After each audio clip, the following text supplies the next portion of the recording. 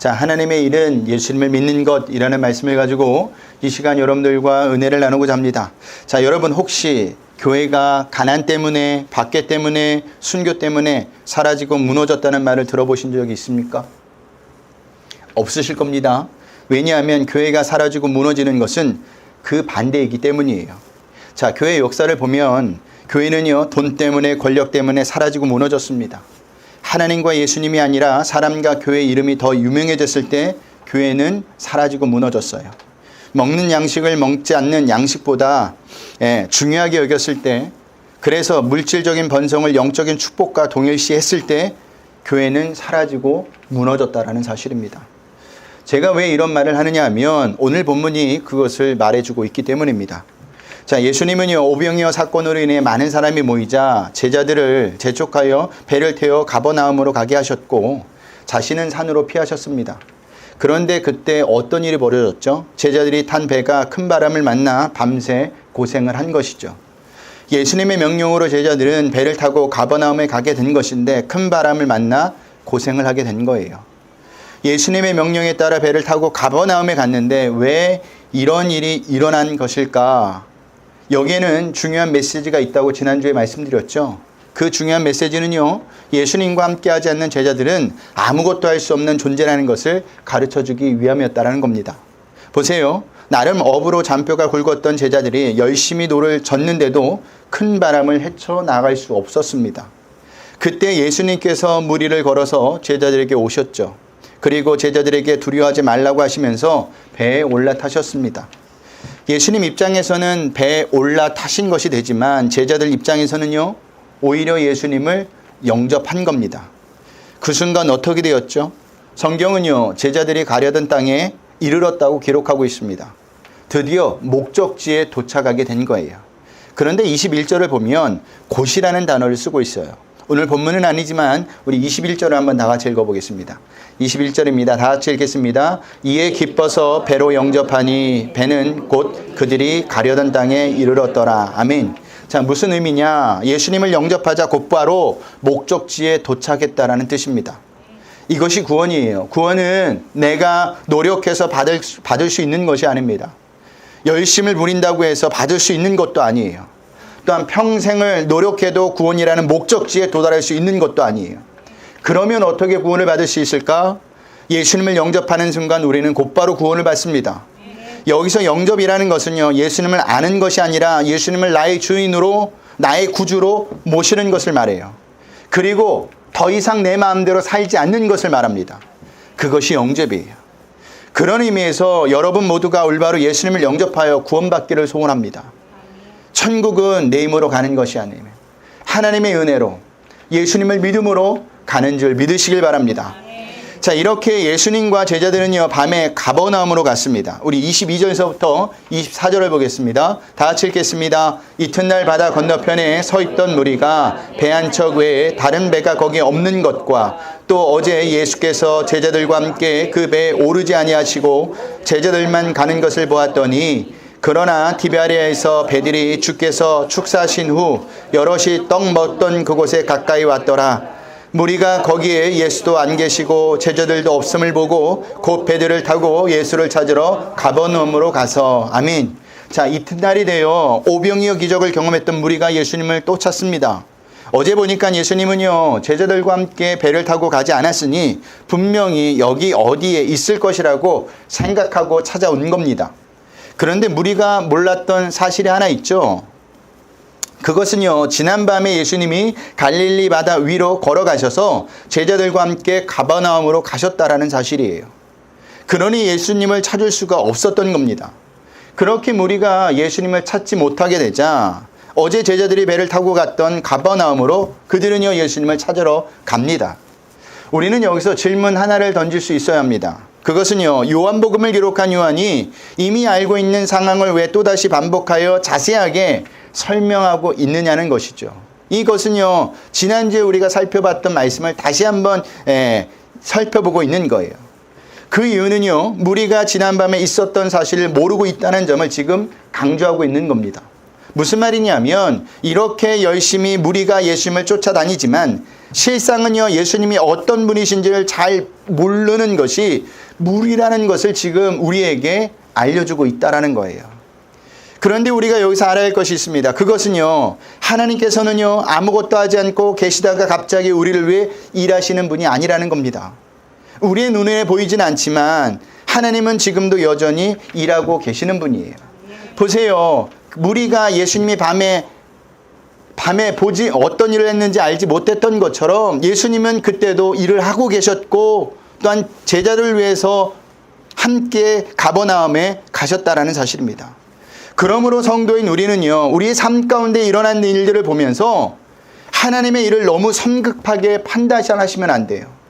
왜냐하면 하나님의 계획은 우리의 계획보다 크고 높고 깊기 때문입니다. 그래서 그때 우리가 해야 할 일은요, 우리에게 항상 신실하시고 하나님을 믿는 믿음으로 하나님의 일을 기다리셔야 한다라는 사실입니다. 자, 그렇게 무리는 가버나움으로 가서 예수님을 만나게 되죠. 그리고 예수님께 이렇게 묻습니다. 우리 25절을 보겠습니다. 우리 다 같이 읽겠습니다. 바다 건너편에서 만나 라비여 언제 여기 오셨나이까 하니. 아멘.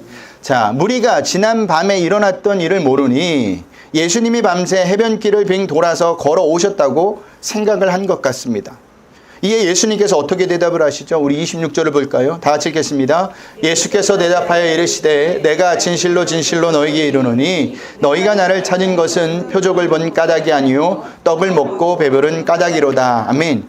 자, 무리가 언제 오셨습니까? 라고 물었을 때 예수님은요, 언제 왔다라는 말을 하지 않고 오히려 나는 너희들이 왜 나를 가버나움까지 찾아온 이유를 안다고 대답을 하고 계세요.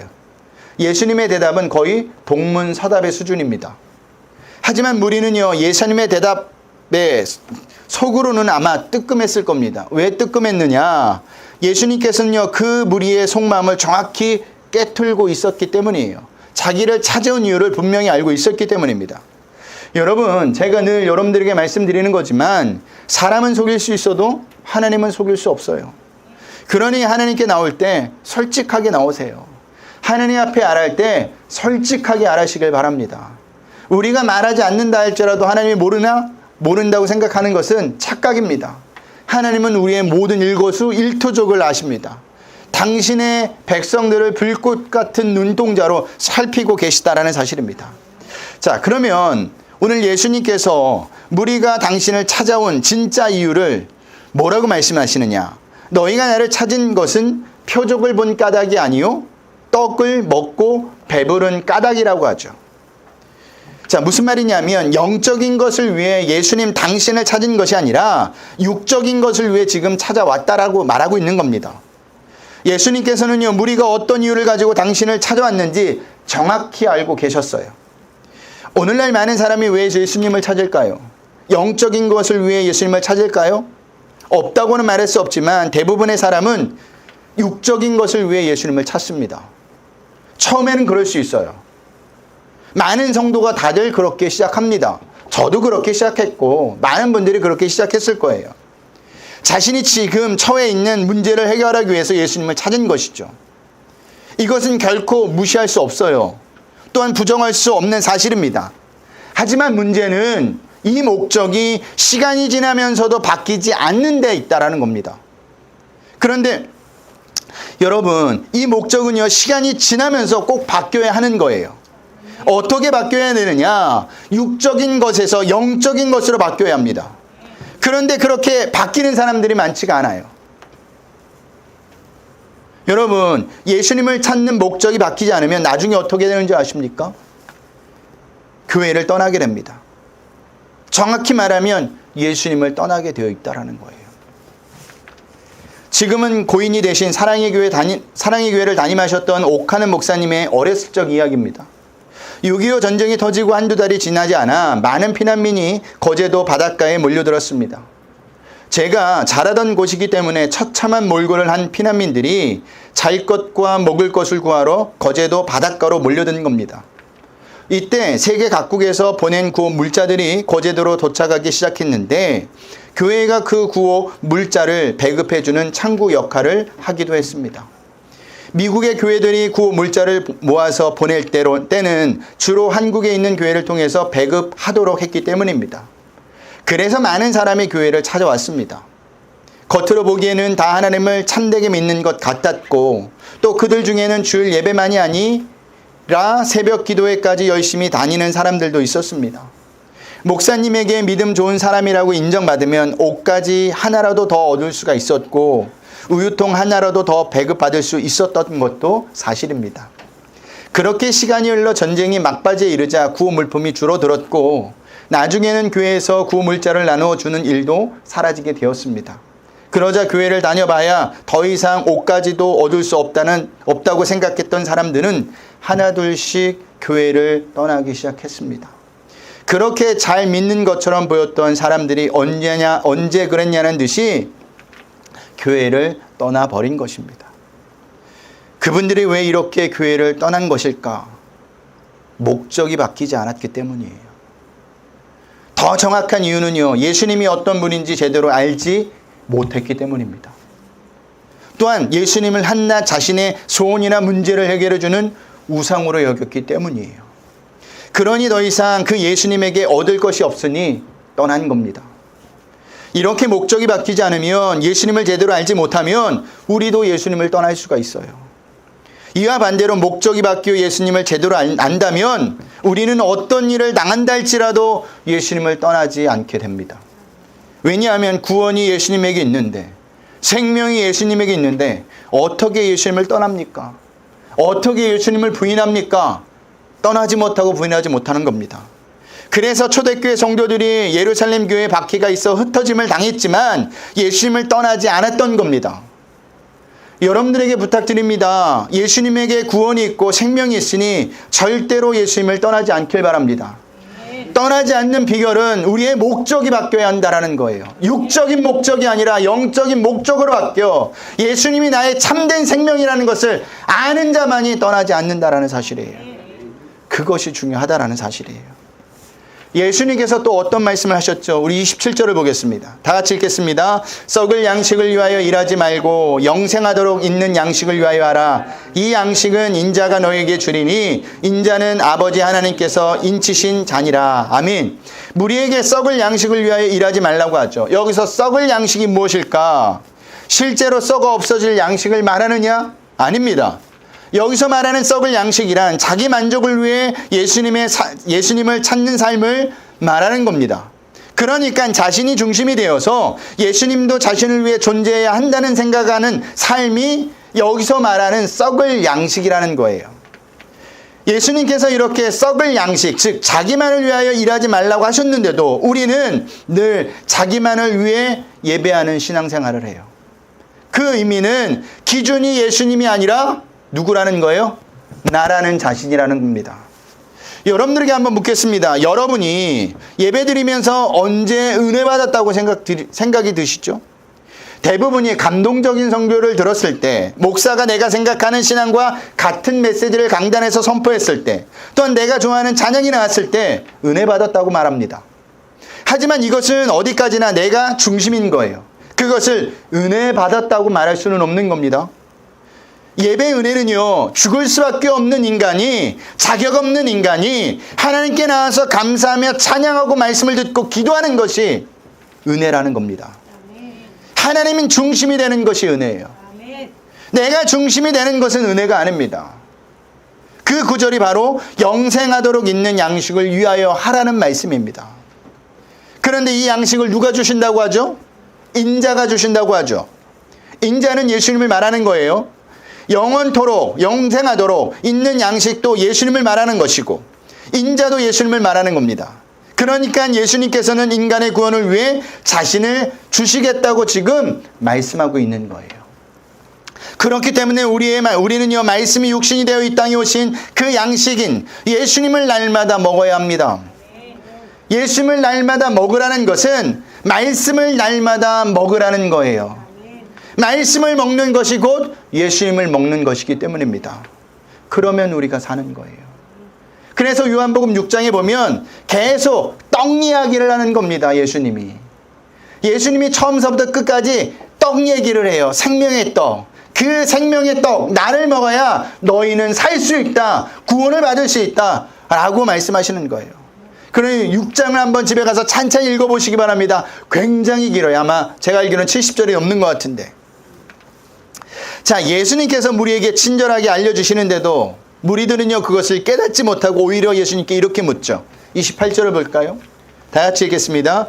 그들이 묻되 우리가 어떻게 하여야 하나님의 일을 하오리까? 아멘. 자, 이 물음은 우리가 무엇을 하여야 하나님의 일을 하는 것이 됩니까? 하나님이 요구하시는 일을 우리가 어떻게 하면 할 수 있습니까? 라는 물음입니다. 이 물음은요, 마가복음 10장에 나오는 부자 청년이 했던 물음과 똑같은 물음이었어요. 한번 보고 갈까요? 마가복음 10장 17절 말씀입니다. 우리 다 같이 읽겠습니다. 예수께서 길에 나가실새 한 사람이 달려와서 꿇어앉아 묻자오되 선한 선생님이여 내가 무엇을 하여야 영생을 얻으리이까? 아멘. 자, 그 청년이 어떻게 묻습니까? 내가 무엇을 하여야 영생을 얻습니까? 라고 묻습니다. 자, 그런데 이 물음의 밑바닥에는요, 인간의 무서운 잘못된 인식이 깔려 있어요. 그 인식은 자신이 하나님을 위해 무언가를 할 수 있다는 교만입니다. 이것을 신학적인 용어로 인간의 공로의식이라고 하죠. 그런데 이 공로의식은요, 인간에게 다양한 형태로 나타납니다. 선한 일을 하면 하나님을 만족시킬 수 있다는 의식, 인간이라면 누구든지 선한 일을 할 수 있다는 교만, 하나님을 사람이 1대1로 상대할 수 있는 존재로 보는 시각, 하나님과 관계를 가질 때에도 무엇인가 주고받는 이해관계가 되어야 한다는 의식 등이 있어요. 그래서 많은 사람이 구원받기 위해서 무엇인가를 해야 하며 또 할 수 있다고 생각을 한다는 겁니다. 그러나 성경은 다르게 기록하고 있죠. 인간은 하나님 앞에서 아무것도 가치도 없는 존재, 티끌이라는 것을 우리에게 알려줍니다. 물론 인간은 선한 일을 할 수가 있어요. 믿는 사람이든지 믿지 않는 사람이든지 어느 정도의 선한 일을 할 수 있습니다. 그런데 그것은요, 하나님께서 이 세상에 주신 일반 은혜라는 겁니다. 그런 일반 은혜마저 없었다면 이 세상은 아마 지옥처럼 변해버렸을 거예요. 여러분, 내 눈에 선하다고 해서 하나님께서도 그것을 선하게 볼 것이라는 생각은 잘못된 거예요. 내가 선한 일을 했다고 해서 그 선한 일이 하나님의 인정을 받을 수 있다는 생각을 한다면 그것 또한 잘못된 생각입니다. 내가 보기에 좋다고 하더라도 그것은 어디까지나 내 눈에 보기 좋은 것이지 하나님에게도 좋게 보일 것이라는 생각은 잘못된 인간의 교만이라는 겁니다. 그럼에도 많은 사람은요, 내 눈에 선하면 하나님도 선하게 볼 것이라고 생각하고 무언가를 자꾸만 해보려고 하는데 아니에요. 이런 식으로 사람들은요, 내가 하나님을 위해 무언가를 할 수 있고 그리고 내가 무언가를 하면 그것을 하나님께서 인정해 주실 것이라고 생각을 갖게 된다는 겁니다. 여기서 더 나가면 어디까지 가는 줄 아십니까? 구원도 자기가 행한 일이나 선한 공로를 가지고 받을 수 있다는 생각까지 가게 된다는 사실입니다. 아니에요. 성경에도 실제로 이렇게 생각한 사람들이 있었죠. 누굴까요? 바리새인들이에요. 그들은요, 자신들이 열심히 율법을 지키면 구원을 받을 수 있을 거라고 생각했습니다. 그래서 어떻게 했습니까? 최선을 다해 목숨을 걸고 율법을 지켰던 거예요. 그런데 예수님이 그렇게 최선을 다해 목숨을 걸고 율법을 지켰던 바리새인들을 향하여 어떤 말씀하셨죠? 독사의 자식들아 라고 말씀하셨습니다. 무슨 말이냐면 하나님과 상관없는 자들이라는 겁니다. 여러분, 인간의 어떤 공로로도 스스로 절대 구원할 수 없어요. 다른 종교가 이것을 계속 강조하는 겁니다. 그래서 선을 많이 쌓으라고, 좋은 일을 많이 하라고, 그러면 좋은 곳에 가게 될 것이라고 합니다. 잘못된 거예요. 그러면 어떤 것이 하나님의 일을 하는 것이며 어떤 것이 구원을 받을 수 있는 것이죠? 예수님께서 29절에 이런 말씀을 해주셨습니다. 우리 29절을 보겠습니다. 다 같이 읽겠습니다. 예수께서 대답하여 이르시되 하나님께서 보내신 이를 믿는 것이 하나님의 일이니라 하시니라. 아멘. 예수님께서 말씀하신 하나님의 일은 그렇다면 무엇일까? 하나님께서 보내신 이를 믿는 것, 즉 예수님 당신을 믿는 것이라고 합니다. 자, 그것이 하나님의 일이에요. 좀 더 자세히 말하면 하나님께서 보내신 예수님께서 하신 모든 일들을 받아들이고 믿는 것을 말하는 겁니다. 예수님이 십자가를 지심으로 모든 인간의 죄를 깨끗게 씻은 것, 또한 인간을 위해 부활하셔서 첫 열매가 되신 것, 그리고 승천하셔서 장차 이 땅에 다시 오신다는 것, 이 모든 것을 믿는 것이 어떤 일이라고요? 하나님의 일이라는 겁니다. 그런데도 많은 성도는요, 하나님의 일을 교회에서 봉사하는 것으로 우선으로 생각합니다.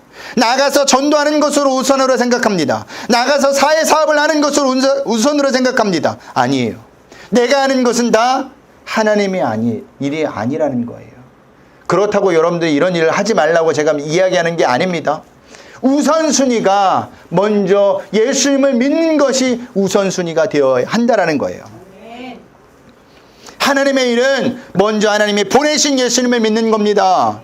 그것도 먼저 잘 믿는 거예요. 그것이 하나님의 일이에요. 이것만 잘해도 하나님의 일은 다 하신 거라니까요. 여러분 잘 생각해 보세요. 여러분이 구원을 위해서 할 수 있는 것이 무엇일까요? 선을 행하여 좋은 일을 많이 하는 것일까요? 여러분이 선한 일을 해봤자 얼만큼 할 수 있겠습니까? 이 모든 예배를 다 참석하는 걸까요? 여러분들이 1년 동안 다 참석할 수 있는 예배가 몇 분이나 될 것 같아요? 예수님처럼 40일 동안 금식기도 하는 겁니까? 광야에서? 여기 40일 동안 나는 금식기도 해봤다. 손 들어보세요. 아무도 없죠. 저희 어머니는 하셨더라고요. 여러분들에게 다시 한번 말씀드립니다. 이 모든 것을 해도 우리는 절대로 우리를 구원할 수가 없어요. 무슨 말이냐? 우리가 우리의 구원을 위해 할 수 있는 것이 아무것도 없다라는 겁니다. 무능력도 이런 무능력이 없어요. 왜 아멘을 안 하세요? 무능력하다니까 기분이 나쁘신가? 무능력해야 우리는 그때야 예수님을 바라봐요. 예수님을 붙들어요. 도움을 구한다니까요. 하지만 한 가지 할 수 있는 것이 있습니다. 그것이 무엇이냐? 하나님께서 보내신 예수님을 믿는 겁니다. 그것이 하나님의 일이에요. 이것이 우리에게 가장 중요한 일인 줄 믿으시길 바랍니다. 하나님의 일이 하나님께서 보내신 예수님을 믿는 것이라고 성경에 쓰여 있어서 놀라셨나요? 이제부터 잘못된 생각을 버리시길 바랍니다. 하나님의 일은 하나님이 보내신 예수님을 믿는 거예요. 그것도 온전히, 그것도 전폭적으로 믿는 것이 하나님의 일이고, 그것이 신앙생활 잘하는 겁니다. 다른 거 없어요. 내가 수억만큼 헌금을 드렸다. 내가 평생 새벽 예배를 한 번도 안 빠졌다. 내가 나의 모든 전 재산을 들여 많은 어려운 사람을 도왔다. 잘했어요. 근데 그게 우선이 아니라니까요. 우선은 여러분이 예수님을 알고 예수님을 나의 구주로, 나의 왕으로 섬기는 것, 그것이 하나님의 일이고 그것이 신앙생활을 하는 첫걸음이라는 사실입니다. 말씀을 마치겠습니다. 우리 29절을 다시 한번 보겠습니다. 우리 다 같이 읽겠습니다. 예수께서 대답하여 이르시되 하나님께서 보내신 이를 믿는 것이 하나님의 일이니라 하시니. 아멘. 자, 여기 믿는 것으로 번역된 헬라어 단어는요, 주석에 보면 현재 가정법으로 계속해서 믿는 것을 이야기합니다. 현대 진행형을 이야기하는 거예요. 그러니까 한번 예수님을 믿는 것이 아니라 우리의 호흡이 멈추는 그 순간까지 계속해서 예수님을 믿는 것을 의미하는 단어입니다. 그게 진짜 하나님의 일이고 그것이 바로 영생에 가는 길이라는 것을 우리에게 알려주는 겁니다. 그러니 한 주간도 하나님의 일인 예수님을 잘 믿으세요. 우리에게 이보다 시급하고 이보다 중요한 일은 없습니다. 그러니 한 주간도 예수님을 바라보면서 그 예수님을 붙잡을 수 있는 한 주가 돼요. 또한 하나님의 일을 잘 감당할 수 있는 저와 여러분들이 되시길 주님의 이름으로 부탁드리겠습니다.